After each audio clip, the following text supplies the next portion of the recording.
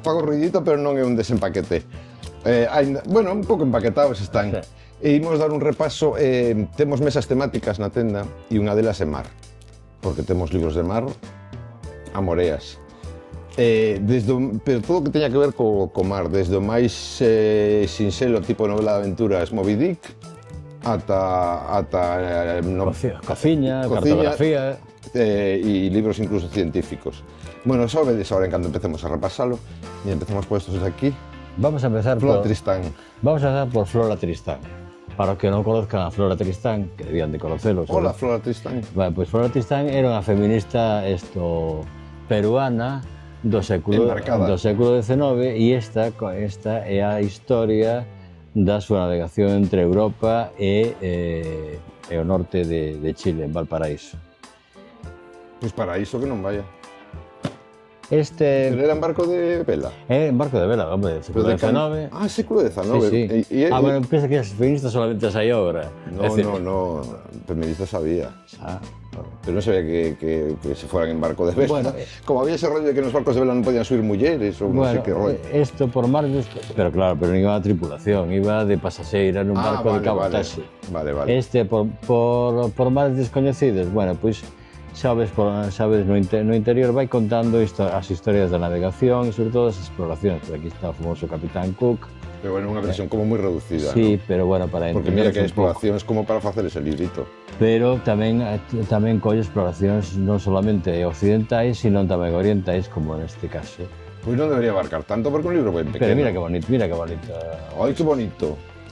Me parece Mar Tenebroso fala algo de máis próximo, que é da Costa da Morte. E entón, pois... Death Coast. Sí. The Death Coast. Parece un grupo punk. Sí, Death Coast.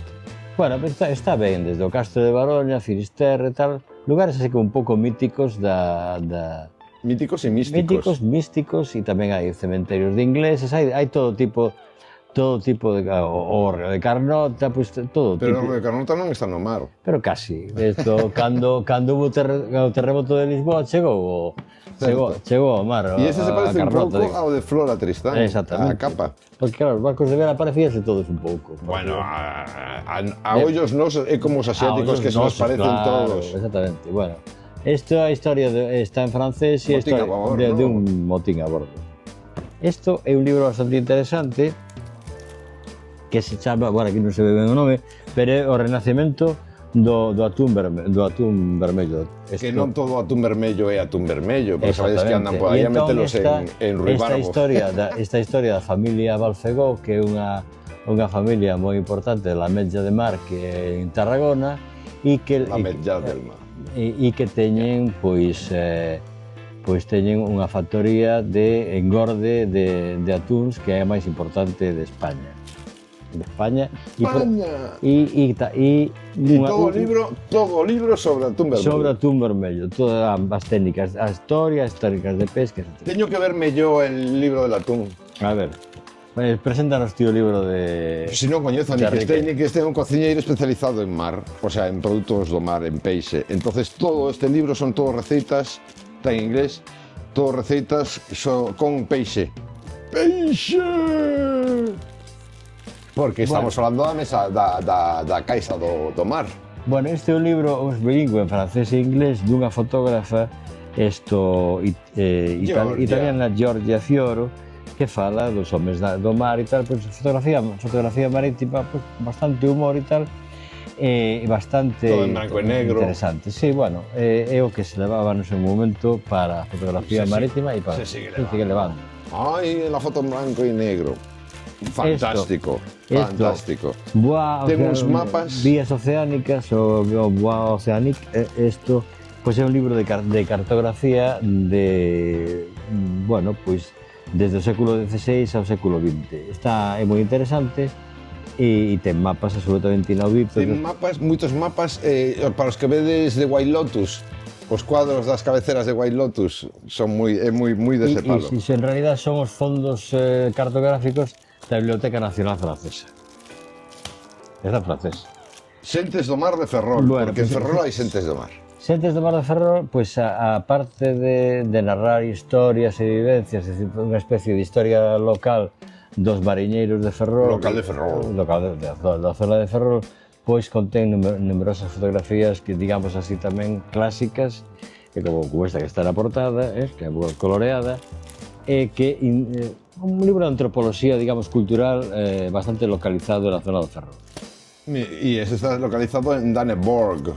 Bueno, Daneborg, ¿dónde está Daneborg? Contanos. Daneborg, creo, se non estou equivocado, queda en Noruega, e isto, ainda que pora Dane, que parecía que fora danés, pero novela de aventuras en realidad ilustrada. Daneborg é o nome do barco onde iban estos baleiros noruegos Pues un conto de Emilio Salgari. Sí, que aprenderon a súa vez dos baleiros vascos e dos baleiros. Non foi dos galegos? Non, aquí en Baleas. Que tragedia. En Baleas. Vivir no Atlántico Norte foise no tránsito un catálogo dunha expo, de un século a outro, o sea, no ano 2000, Santiago foi cidade europea da cultura xusto con Bergen e Reykjavik. Pero agora deixo de serlo. Entón, Bergen, Reykjavik e Santiago quedan no Atlántico, e entón, no Atlántico Norte en particular. Entón, acordouse facer unha gran exposición sobre a pesca nesos tres países. E a mí me encargaron a traducción ao galego, exactamente. Que non a temos aquí. Porque o texto tamén está en inglés, francés, norugués e islandés. Sí, pero había outro que traía galego e varios idiomas máis que xa non o temos, porque claro, como traducía Xavier Queipo, pois tuvo un tirón increíble. Recursos mariños da nosa terra. Bueno, isto cando existía ainda a editorial da nosa terra, pois publicou unha colección, digamos, de divulgativa que se utilizaba sobre todo... Son receitas? Non. Da comercialización do mar, de como da enerxía, dos recursos mariños, latitas, un pouco para explicar, latitas e mexillóns, para explicar un ladrillo intelectual sobre o mar. Sí, pois a revista galega de economía, e entón fala do sector pesqueiro pasado, presente e futuro, pero do principio deste século XXI. Sempre se fala de perspectivas, sempre a maior parte das veces hai moitos erros de proxección do que vai acontecer. E iso tamén é nicho, é como a de Ferrol, pero en Portugal. Digamos, actividades agromarítimas en Portugal.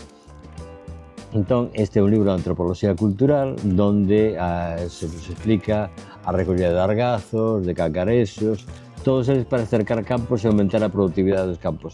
Contén moitas fotografías e moitos deseños da época dos anos 50 e 60, co cal é un libro de forte interés para os antropólogos. ¡Antropólogo! E esta a mí me encanta a capa con relievo e con estos dibujitos tan cookies. Isto de Francisco Eiroa del Río, pois en realidad é un libro sobre artes de pesca e en particular artes e maniobras de pesca, en particular dos barcos que pescan no alto mar, tanto os que pescan, por exemplo, esta é a maniobra de pesca a parella que se utilizaba moito nas pesquerías. Pero saída pescada en parella, iso é cando queren facer trío ou algo así. Exactamente, e o trío facían como Callao, sobre todo en Terra Nova e máis en Noruega. Para que sabes que hai xente que sabe pescar en parella. E estos poños xuntos, a mí me encanta esta colección. Tivemos algún máis desta colección?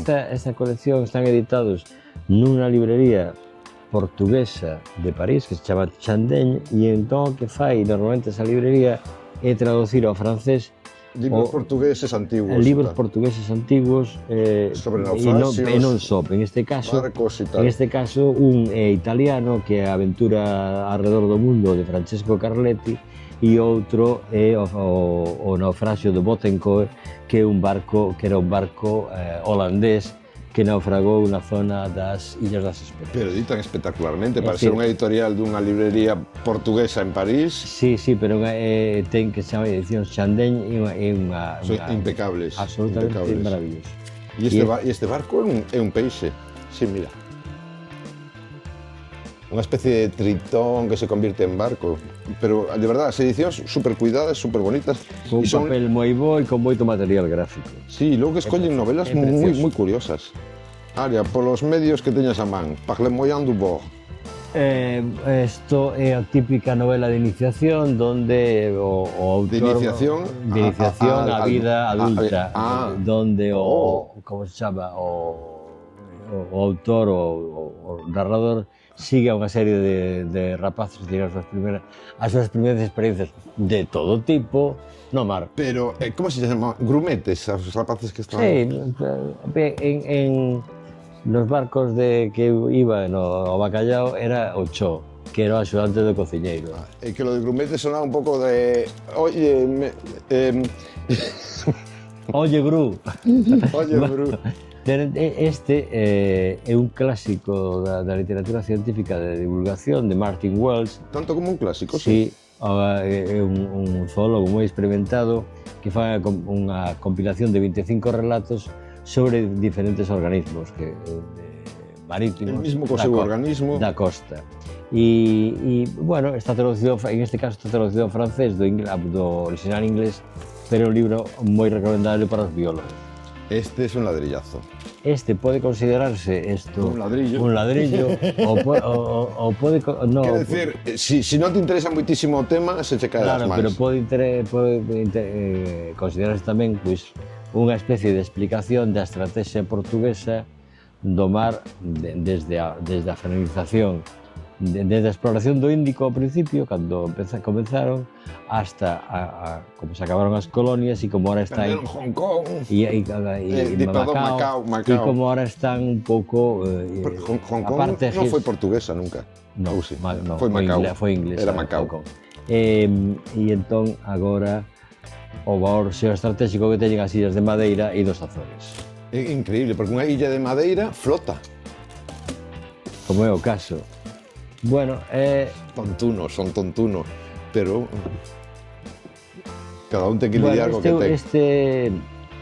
Este é a historia dunha lenda dun barco chamado Galatea que navegaba. Creo que era Sergio Dalma. Galatea. Creo que era o barco escola que había antes de que hubiera o Juan Sebastián Elcano, me parece, me dá a impresión. Bueno, este é un clásico da literatura inglesa de... Tamén un clásico? Sí. Bueno, menos mal que non todos son clásicos. De viaxes marítimas que están escritas por Patrick O'Brien, que foi o que escribiu Master and Commander, pois estas son os como se chama, os protagonistas que Master and Commander, pero, bueno, pois en outra aventura distinta. Commander 300.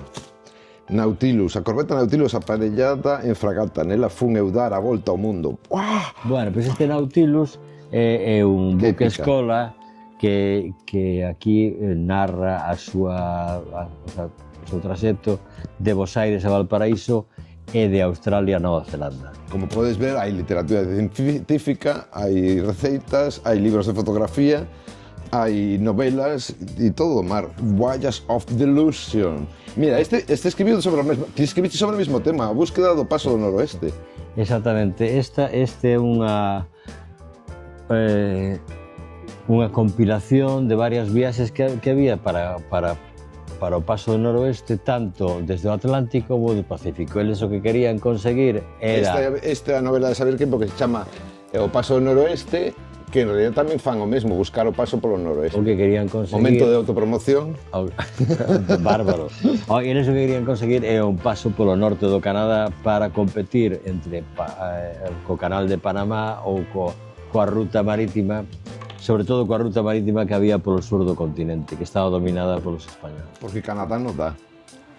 E a mí esta portadita me dá mal rollete, porque se ve como cortan unha balea en Anacos. Desde hai bastantes anos a Comisión Balearia Internacional debió ser no ano 70 e algo, 76 ou así. Na última década do século XX, sobre todo, houbo unha prohibición da pesca da balea.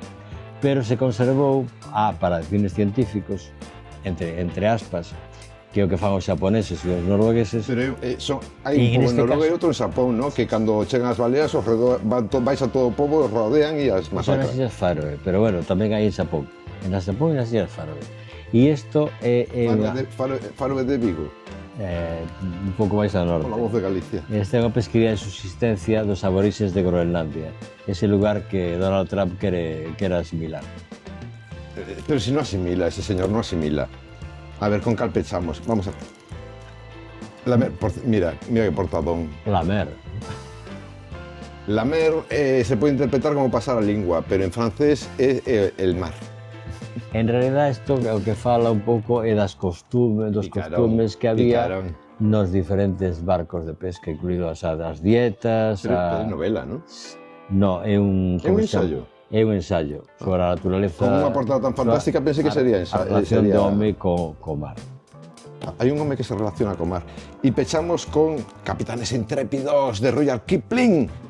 Capitáns coraxosos, capitáns coraxosos, ai, que coraxe teñen eses capitáns. É unha aventura que acontece nun navío que moi parecido aos que visitei en Terranova, que eran os navíos de vela portugueses.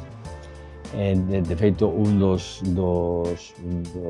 protagonistas é un Manuel, que é o portugués, que é o que acolle a este rapaz, que digamos que era un rapaz de familia de moita pasta, que... De italianos, entonces. Tiña moita pasta e moita pizza. Sí, pero non vivían en Italia. Vivían nos Estados Unidos. Este rapaz estaba estudiando en Inglaterra e no tránsito entre Inglaterra e Estados Unidos, al chegar á zona máis ou menos onde naufragou o Titanic, pois ali... Que é unha zona un pouco fastidiadita para atravesar. Caeu ao mar, e como era fillo dun señor moi rico, pensou que iban a tratar así entre algodóns. Non hai sitio para ti na táboa. E dixeron que ou traballaba ou non comía. E de feito aparece por ali Celine Dion cantando... E entón por eso é unha especie tamén, unha novela como de iniciación, por unha parte, digamos, a idade adulta, pero ao mesmo tempo é unha novela que reivindica que cada un, por moito que veñas dunha orixen social... No mar, o mar traga todo. No mar hai que axudar a traballar porque... O mar afoga indistintamente a ricos e a pobres. Hai moito traballo que facer. E máis nada. Bueno, máis nada vos parecerá pouco. Todo isto só sobre o mar. E logo temos outras mesas temáticas que xa falaremos outro día, porque, chico, que menuda tanda. Porque Galicia non hai... Non remata onde acaba o mar, que hai barca para seguir. Hai barca para seguir. Vicos, ata pronto, pasade por Río Lagares, Guafalperra 16,